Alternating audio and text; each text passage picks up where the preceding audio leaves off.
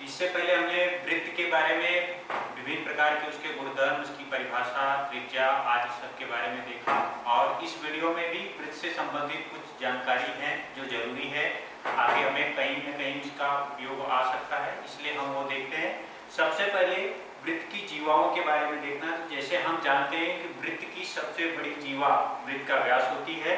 जीवाओं से संबंधित कुछ गुणधर्म है, वो गुणधर्म हमें देखना है और उसको याद रखना है। किसी भी वृत्त में अगर ये देखा जाए तो सर्वांशम जीवाओं के गुणधर्म जो होते हैं वो बहुत महत्वपूर्ण होते हैं। उससे संबंधित प्रमेय हम पिछली कक्षाओं में देखे थे। आज मैं आपको सिर्फ उसके जो गुणधर्म होते हैं और कैसे वो प्रमेय उपयोग में आता है और वो प्रमेय क्या है वो मैं बता रहा हूँ। एक ही वृत्त की सर्वांशम जीवाएं केंद्र से समदूरस्थ होती हैं, ये प्रमेय था आपको पिछली कक्षा में। एक ही वृत्त की सर्वांशम जीवाएं केंद्र से समदूरस्थ होती हैं। जैसे O केंद्र वाला वृत्त है, उसकी जीवा AB है और जीवा CD है। दोनों जीवाओं की लंबाई समान है, ये दोनों जीवाएं एकदम एक दूसरे के बराबर हैं, इसलिए वह केंद्र से समान दूरी पर स्थित होगी। इसका मतलब OP और OQ की लंबाई समान होगी। तो इस प्रमेय को सिद्ध करने के लिए पहले हमने दत्त लिखा। दत्त में क्या हो जाएगा, O केंद्र वाले वृत्त में केंद्र वृत्त का O है, जीवा AB सर्वांशम है जीवा CD के, जीवा AB सर्वांशम है जीवा CD के और OP लंब है जीवा AB और OQ लंब है जीवा CD पर। ये हमारा दत्त हो गया। हमें सिद्ध करना है कि केंद्र से समदूरस्थ मतलब OP बराबर OQ है। इसको सिद्ध करने के लिए हमें रचना करनी पड़ेगी। रेख OA और रेख OD खींचा। इसको सिद्ध करने के लिए हम क्या करेंगे, वृत्त के केंद्र से जीवा पर डाला गया लंब जीवा को समद्विभाजित करता है, इस गुणधर्म का उपयोग करके। बाद में ये दोनों जो त्रिभुज हैं, त्रिभुज OPA और त्रिभुज OQD, ये समकोण त्रिभुज है। कर्णभुजा प्रमेय कसौटी से हम सिद्ध कर सकते हैं कि OP बराबर OQ होता है। सर्वांशम जीवाओं का ये महत्वपूर्ण गुणधर्म है। एक ही वृत्त की सर्वांशम जीवाएं केंद्र से समदूरस्थ होती हैं। फिर उसी गुणधर्म का विलोम यहाँ पर दिया गया है। प्रमेय क्या है, एक ही वृत्त की केंद्र से समदूरस्थ जीवाएं सर्वांशम होती हैं। पहले वाले में क्या था, वृत्त की सर्वांशम जीवाएं थे तो केंद्र से समान दूरी थी, यहाँ पर दिख रहा है, ये हमें सिद्ध करना था, केंद्र से समान दूरी थी। दूसरे में क्या है कि केंद्र से समदूरस्थ है, ये दोनों दूरी समान है, OP और OQ की दूरी समान है, तो ये दोनों जीवाएं सर्वांशम है।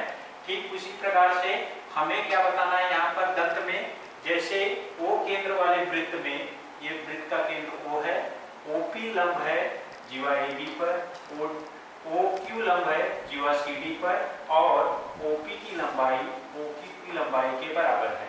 ये हमारा दत्त हो गया। हमें सिद्ध करना है जीवा AB सर्वांशम है जीवा CD की। इसके लिए भी हमें रचना करनी पड़ेगी, OA और OB।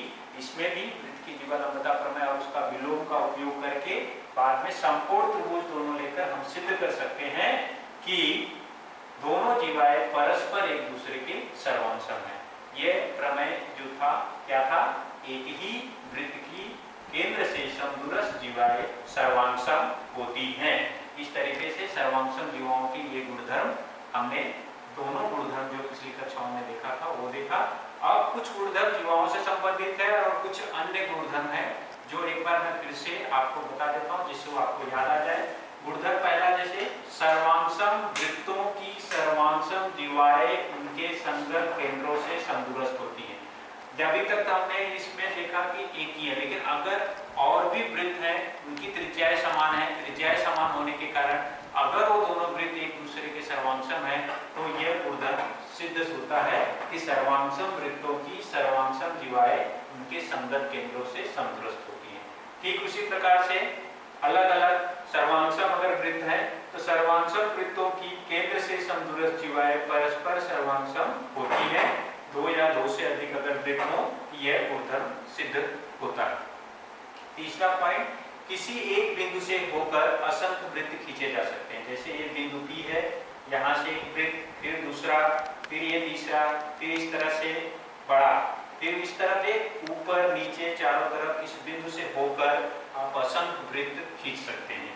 ये हमारा तीसरा गुणधर्म क्या कहता है, किसी एक बिंदु से होकर असंख्य वृत्त खींचे जा सकते हैं, ये सिद्ध होता है।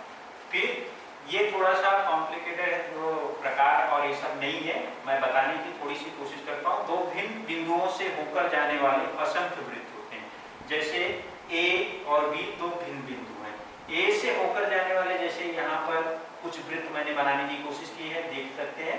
ए से होकर जाने वाला वृत्त ये सब है। उसी तरीके से बी से होकर जाने वाले ये सब वृत्त हैं। तो यहाँ पर हम ये बता सकते हैं दो भिन्न बिंदुओं से होकर जाने वाले असंख्य वृत्त होते हैं। तीसरा है तीन अरैखिक बिंदुओं से होकर जाने वाला पांचवा गुणधर्म, तीन अरैखिक बिंदुओं से होकर जाने वाला एक और केवल एक वृत्त होता है। जैसे यहाँ पर तीन अरैखिक बिंदु हैं, P, Q, R।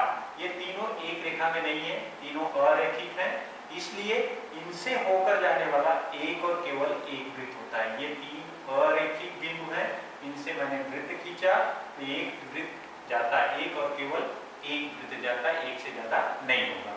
फिर उसके बाद छठा गुणधर्म क्या बोल रहा है, तीन एक रेखी बिंदुओं से होकर जाने वाला एक भी वृत्त खींचा नहीं जा सकता।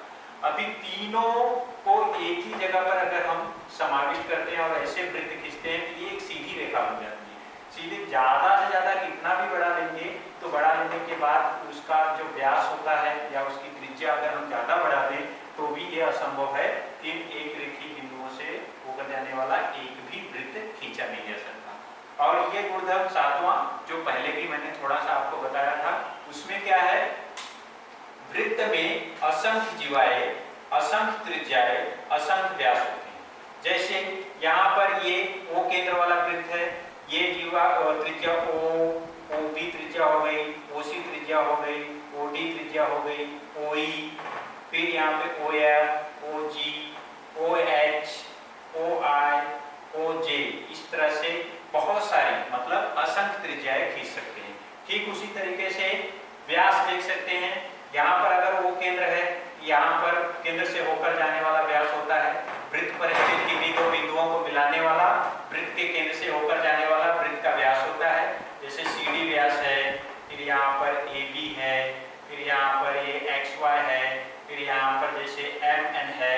इस तरीके से हम असंख्य व्यास खींच सकते हैं। ठीक उसी प्रकार से जीवाओं के बारे में भी ये गुणधर्म सत्य है कि O केंद्र वाले वृत्त में अगर देखा जाए तो जैसे ये केंद्र से होकर जाने वाली एक जीवा AB है, ये जीवा जैसे PQ है, मतलब जीवा क्या हो गई, जो जीवा PQ है, यहाँ पर PQ हो सकती है। दो भिन्न बिंदुओं पर स्थित, वृत्त पर स्थित किन्हीं दो भिन्न बिंदुओं को मिलाने वाला रेखाखंड वृत्त की जीवा होती है, तो PQ हो गया।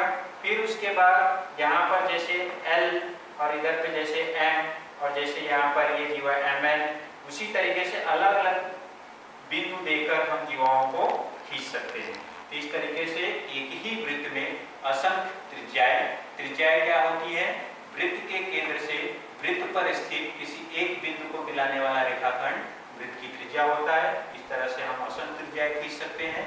व्यास क्या होता है, वृत्त पर स्थित किन्हीं दो भिन्न बिंदुओं को मिलाने वाला तथा वृत्त के केंद्र से होकर जाने वाला जो रेखाखंड होता है वह वृत्त का व्यास होता है। तीसरा जीवा के बारे में हमने देखा, जीवा क्या होती है, वृत्त पर स्थित किन्हीं दो भिन्न बिंदुओं को मिलाने वाला रेखाखंड वृत्त की जीवा होती है। सबसे महत्वपूर्ण पॉइंट यह है, बिंदु यह है कि वृत्त की सबसे बड़ी जीवा वृत्त का व्यास होती है।